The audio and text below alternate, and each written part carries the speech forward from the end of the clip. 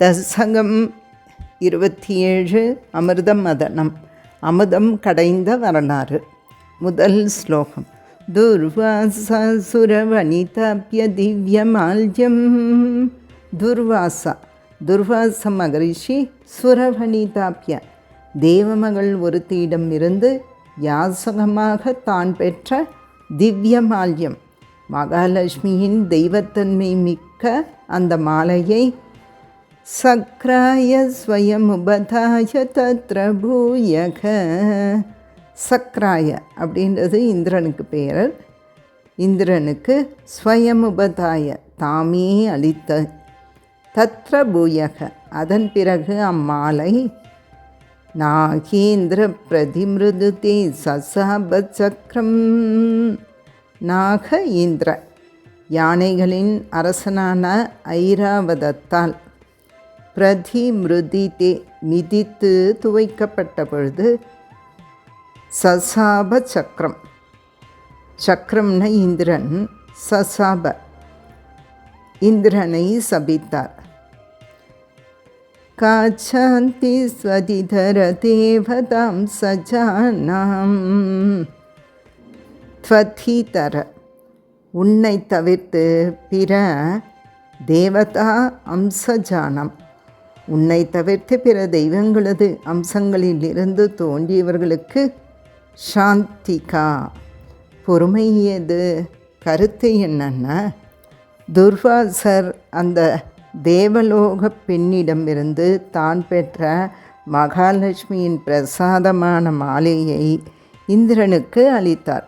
இந்திரனோ அந்த மாலையை ஐராவத யானையின் மேல் வைக்க, அந்த யானை காலில் போட்டு மிதிக்க, அதனால் கோபம் கொண்ட துர்வாசர் லக்ஷ்மி கடாட்சம் இழப்பாயென கோபம் ஏற்பட்டு சபித்து விட்டார். ஸ்லோகம் 2. சாபேன பிரதித ஜரேத நிர்ஜரேந்திரே. சாபேன அந்த சாபத்தின் காரணமாக பிரதித்த ஜரேத மூப்படைந்தவனானான் அந்த இந்திரன்.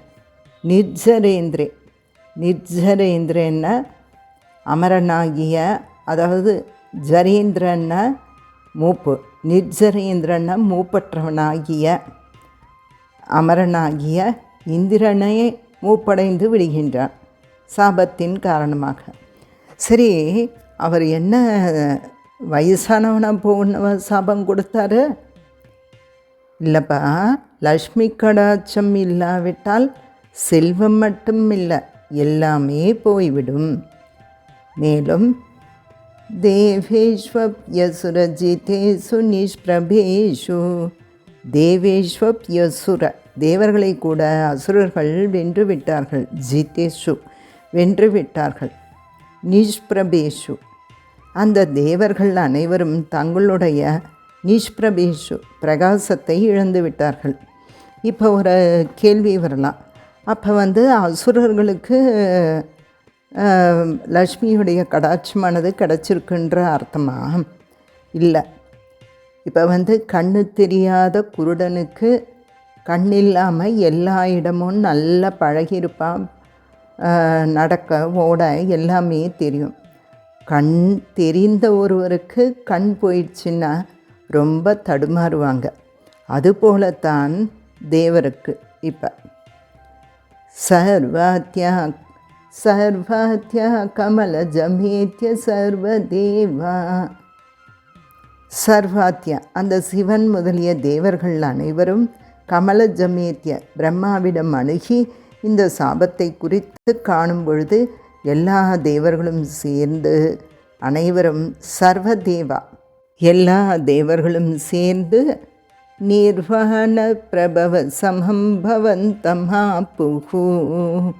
பவந்தமாப்புகு உன்னிடம் வந்தார்கள். நிர்வாண பிரபவ சமம், நீ எப்படிப்பட்டவன் என்றால், நிர்வாணன்றது இந்த இடத்துல முக்தியை அளிக்கக்கூடிய உன்னிடம் எல்லா தேவர்களும் வந்தார்கள்.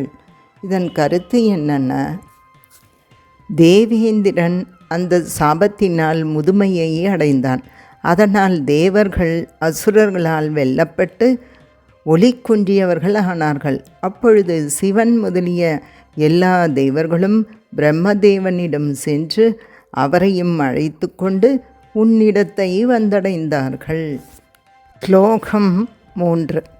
பிரம்மாத்யை சுதமகிமாச்சிரம் ததானிம். பிரம்மாத்யை பிரம்மன் முதலிய எல்லா தேவர்களும் ஸ்துத மகிமா உன்னை துதித்தார்கள். எவ்வளவு காலம்? சிரம் நீண்ட காலம் துதித்தார்கள். ததானிம் அப்பொழுது பிராதுஷ்யன் வரத புரப்பரேன தாம்னா. பிராதுஷ்யன் நீ தோன்றினாய் அவர்கள் முன்னே. எப்படி? வரத்தை அளிக்கக்கூடியவனே. புற அவர்கள் கண்முன்னே. எப்படின்னா பரேன தாம்னா. தாம்னான ஒளி மிகுந்த பிரகாசமுடையவனாய் தோன்றினாய். ஹே தேவா திதிச்ச குலைர்விதாய சந்திம். ஹே தேவா தேவனே. திதிச்ச குலா அசுரர்கள் அப்படின்னு பொருள். திதிச்சன அசுரர்கள்னு பொருள். அந்த அசுரர்களுடன் விதாய உடன்படிக்கையை, விதாய சந்திம் உடன்படிக்கையை ஏற்படுத்தி கொள்ளுங்கள். பீயூசம் பரிமதத்தேதி பாயசாஸ்வம். பீயூசம்னா அமிர்தம். அமிர்தம் கடைவதற்கு அசுரர்களோடு ஒரு ஒப்பந்தம் ஏற்படுத்தி கொள்ளுங்கள் என்று பர்ய சாஸ்வம் நீ தேவர்களுக்கு கட்டளையிட்டாய். கருத்து என்னன்னா, பிரம்மா முதலிய தேவர்களெல்லாம் உன் பெருமையை சொல்லி நீண்ட காலம் துதித்தார்கள். அவர்கள் முன்னே நீ வரம் தருபவனாக தோன்றினாய். உன் பேரொளியை வெளிப்படுத்தினாய். அவர்களை பார்த்து, தேவர்களே நீங்கள் அஞ்ச வேண்டாம், அசுரர்களோடு ஒரு ஒப்பந்தம் செய்து கொள்ளவும், பார்க்கடல் கடைந்து அமுதம் பெறுங்கள் என்று உன் திருவாய் மலர்ந்து நீயே சொன்னாய். ஸ்லோகம் 4. சந்தானம் கிருதவதி தானவை சுரௌகே. சுரௌகேன தேவர்கள். தானவை அப்படின்னா அசுரர்களுடன் சந்தானம் கிருதவதி ஒப்பந்தம் செய்து கொண்டு மந்தானம் நயதி மதேன மந்தராத்ரிம். மந்தர அத்ரிம் மந்தரமலையை மந்தானம் கடைய மத்தாக பயன்படுத்த மதேன நயதி மிகுந்த கர்வத்துடன் எடுத்துச் செல்கையில் பிரஸ்டேஷ்மின் பதரமிவோத்வகன் கஹேந்திரே. பிரஸ்ட அஸ்மின் அது நழுவி விழுந்துவிட பதரமிவோத்வகன் ஒரு இலந்தை கொட்டையை எடுப்பது போல எளிதாக அதை எடுத்து சத்யஸ்வம் உடனே நீ அதை எடுத்து கக இந்திர பறவை அரசனாகிய கருடன் மீது சத்யஸ்வம் வினிகிதவான் பயப்பயோதோ உத்வகன் ஏற்றிக்கொண்டு பயப்பயோதோ பார்க்கடலில் வினிகிதவான் வைத்தாய். கருத்து என்னென்ன, தேவர்கள் அசுரர்களுடன் உடன்படிக்கை ஏற்படுத்தி கொண்ட பின் தேவர்களுக்கு கொஞ்சம் கர்வம் வந்துவிட்டது.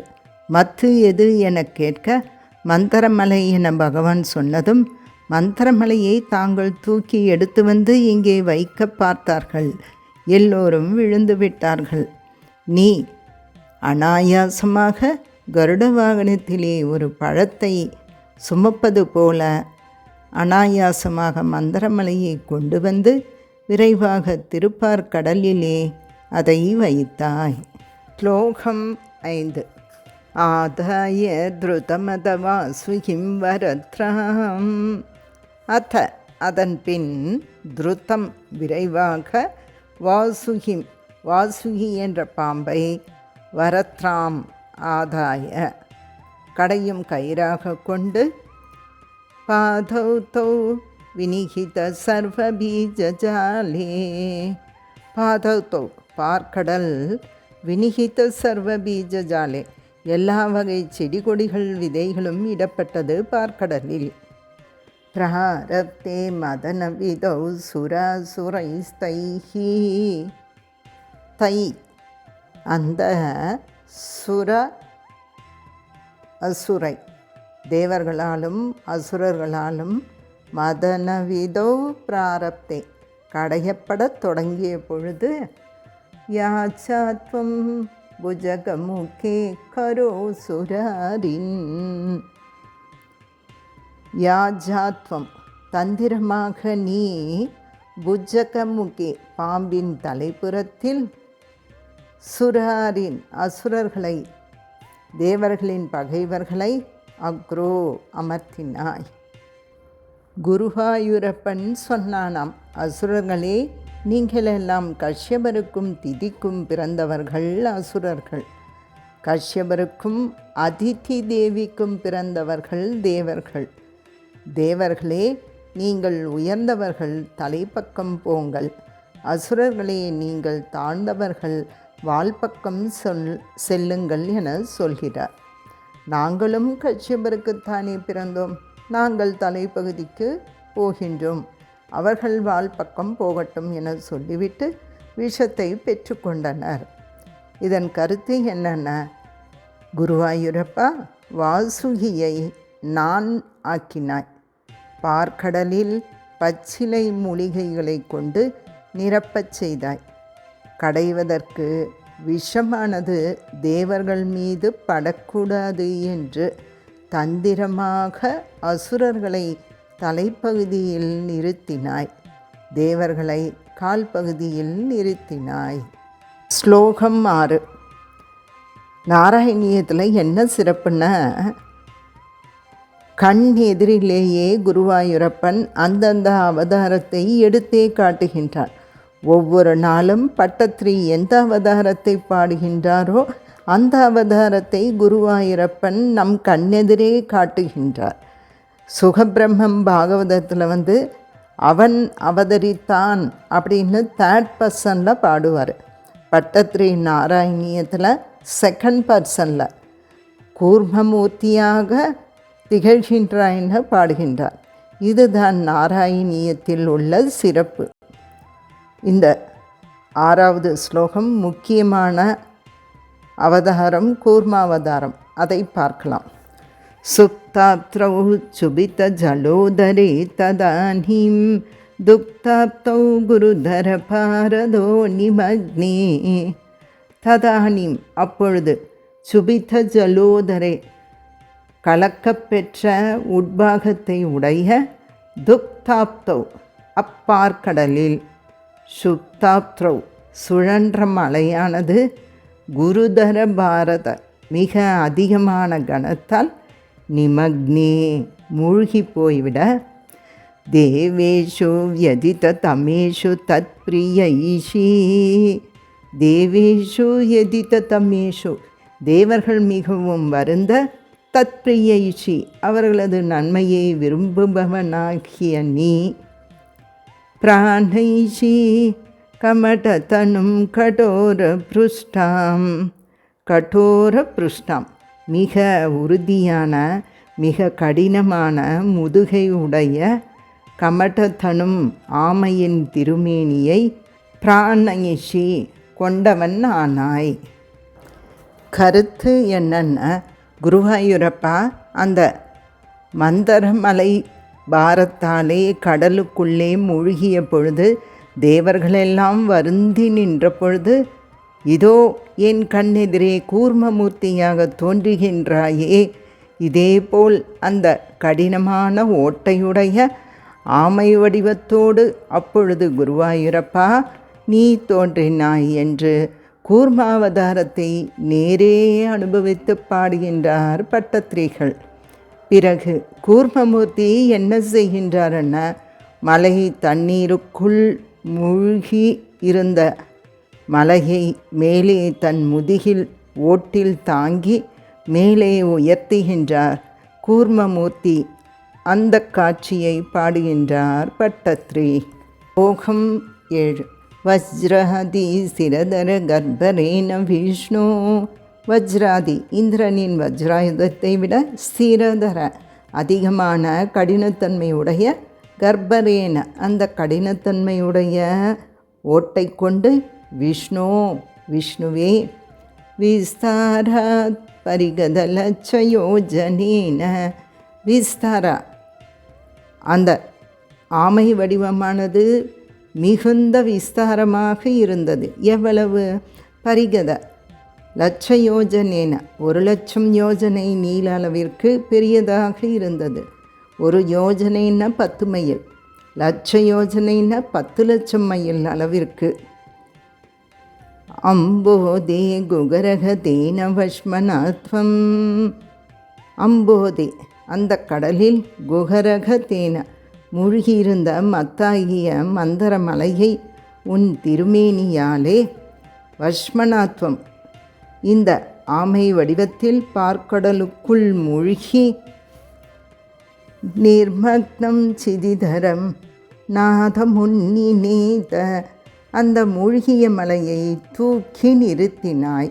கருத்து என்னன்னா, குருவாயூரப்பா, வஜ்ராயுதத்தை விட வலிமையான உன்னுடைய ஓட்டை கொண்டு அந்த ஓடு விஸ்தாரத்திலே அளவிலே லட்ச யோஜனையையும் கடந்து 10,00,000 மைலை கடந்து இருந்தது. அந்த ஓட்டோடு உன்னுடைய திருமேனியை கடலுக்கு அடியில் போய் நிறுத்தி உன் முதுகுக்கு மேலே மந்தார மலையை மேலே உயர்த்தி பிடித்து நீ தாங்கினாய். 8வது ஸ்லோகம். உன்மக்னே ஜடிதி ததாதராதரேந்திரே உன்மக்னே ஜடிதி தராதராதரேந்திரே மேலே விரைவாக நிர்மேதுர்திருடமிக சம்மதேன சர்வே எல்லோரும் மிகுந்த உற்சாகத்தோடு தேவர்கள் அசுரர்கள் எல்லாம் திடமாக கடைய மலையானது மேலே எழும்பியது. ஆவிஷ்யன் த்விதய கணேபி சர்வராஜே ஆவிஷ்ய நீ உள்ளே நுழைந்தாய். எதற்குள்? த்விதய கணே அந்த த்விதயன 2 பேர் தேவர்கள் அசுரர்கள் ஆகிய இருவருக்குள்ளும் அபி சர்பராஜே அது மட்டுமில்லாமல் வாசுகி என்னும் பாம்பிற்குள்ளும் நீ நுழைந்தாய். வைவஷ்யம் பரிசமயன் அவிவிருத்தஸ்தான் வைவஷ்யம் பரிசமயன் அவர்களுடைய சோர்வினையெல்லாம் பரிசமயன் நீக்கினாய். அவிவிருத்தக அவர்களுக்கு அவிவிருத்தகன உற்சாகத்தை தந்தாய். கருத்து என்னென்ன? குருவாயூரப்பா, மலையானது கடைய கடைய மேலே வளர வளர தேவ அசுரர்கள் ஆர்வமுடன் கடைந்தனர்.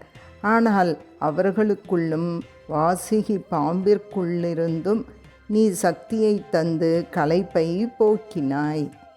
ஸ்லோகம் 9. உத்தாம பிரமண ஜவோன் நமத்கிரீந்திர உத்தாம பிரமண ஜவோன் அவ்வாறு வேகமாக பிரமண சுற்றி கடைந்த பொழுது அவர்களுக்குள் நீ நுழைந்தாய். நமத்கிரீந்திர அப்போது அந்த மலையானது கீழே இருந்து மேலே எழத் தொடங்கியது. நீ என்ன செய்தாய் என்றால், ஞஸ்தைக ஸ்திரதர ஹஸ்த பங்கஜம் த்வாம் ஞஸ்த ஏக ஸ்திர உன் தாமரை போன்ற ஒரு கைகளினால் அழுத்தி வைத்து அந்த மலையின் மேல் வைத்தாய். மலையானது கீழே அழுத்தினாய். அப்ராந்தே விதிகிர சாதய பிரமோதாத் அப்ராந்தே அப்பொழுது வானத்தை அப்ராந்தேன வானத்தை குறிக்கும்.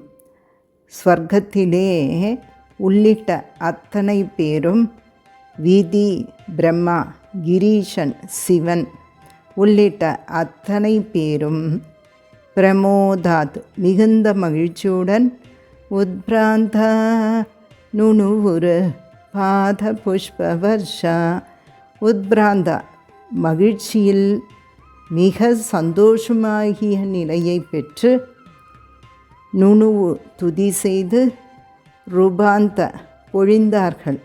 புஷ்பவர்ஷா உன் மீது பூமாரி பொழிந்தார்கள்.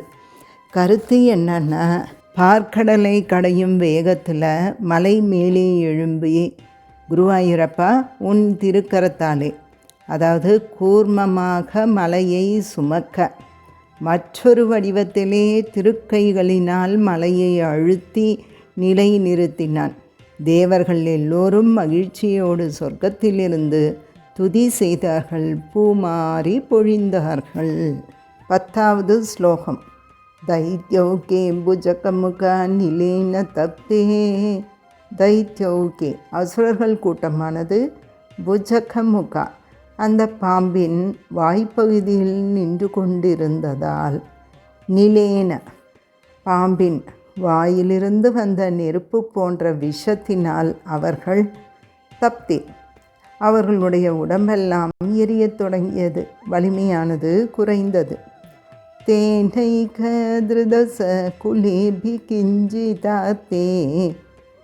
தேனைக்க தேவர்கள், திருதச குலே கி தேவர்களின் கூட்டமும் கூட, கிஞ்சி தாத்தே அவர்களும் சிறிது கஷ்டப்பட்டார்கள். காருண்யா தவகில தேவவாரிவாகா.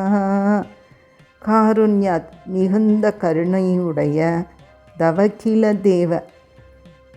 தேவனே, வாரிவாகா நீ மேகங்களை எல்லாம் கூட்டி, பிராவர்ஷன் அமரகணான் நதைத்ய சங்கான். பிராவர்ஷன்ன மழை பொழியச் செய்தாய். அமரகணான் அந்த அமரர்களாகிய தேவர்கள் மீது அமுதமழை பொழியச் செய்தாய். நதைத்ய சங்கான் அந்த அசுரர்கள் மேல் பொழியச் செய்யவில்லை. கருத்து என்னென்ன, அசுரர்கள் அந்த விஷத்தாலே பாதிக்கப்பட்ட பொழுது, கொஞ்சம் தேவர்களும் கலைத்து நின்ற பொழுது, குருவாயூரப்பா உன் கருணையினால் தேவர்களுக்கு மட்டும் மழையை பொழியச் செய்தாய். ஸ்லோகம் 11. உத்பிராம்யத் பகுதிமி நக்ர சக்கரவாலி. உத்பிராம்யத் பகுதிமி அமுதமாக வந்தது இல்லை, மீன், திமின்னா மீன், நக்ரன்னா முதலை, சக்கரவாலின்னா நீர்வாழ் பிராணிகள், இவையெல்லாம் தூக்கி எறியப்பட்டது. தத்ராப்தௌ தத்ராப்தௌ சிரமதி தேபி நிர்விகாரே. தத்ராப்தௌ அப்பொழுது பார்க்கடலில், சிரமதி தேபி நீண்ட நேரம் கடையப்பட்டாலும் கூட, நிர்விகாரே அந்த கடலில் எந்த மாற்றமும் இல்லாமல் இருந்தது. ஏகஸ்வம் கரயுக கிருஷ்ட சர்பராஜக. ஏகஸ்வம் நீ உன் கரங்களினால் அந்த வாசுகி என்னும் பாம்பின் தலையையும் வால் பகுதியையும் இழுத்தாய். சம்பிராஜன் பவனபுரே சபாஹிரோகாத். சம்பிராஜன் மிகுந்த பிரகாசத்தோடு இருக்கக்கூடிய பவனபுரேச குருவாயூரப்பா, குருவாயூரில் இருக்கும் குருவாயூரப்பனே, என்னுடைய வியாதியை தீர்க்க வேண்டும்.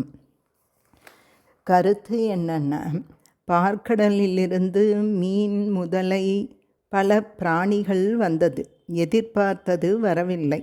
அதனால் குருவாயூரப்பா நீயே கடையத் தொடங்கினாய், ஒளி வீசினாய், வியாதியிலிருந்து காப்பாற்று என்று கூறுகிறார். 26வது தசகத்தில் கஜேந்திர யானைக்கு அனுகிரகம் செய்தார்னா, அதற்கு நிகரான அனுகிரகத்தை தேவர்களுக்கும் கூட செய்திருக்கிறார் என்பது இந்த தசகத்தில் பட்டியலிடப்பட்டிருக்கிறது. 1. தேவர்களுக்கு அனுகிரகம் என்னென்ன செய்தார்னு பார்ப்போம். ஃபஸ்ட்டு, பார்க்கடல் கடையலாம், அமுதம் பெறலாம்னு ஆலோசனையை சொன்னார்.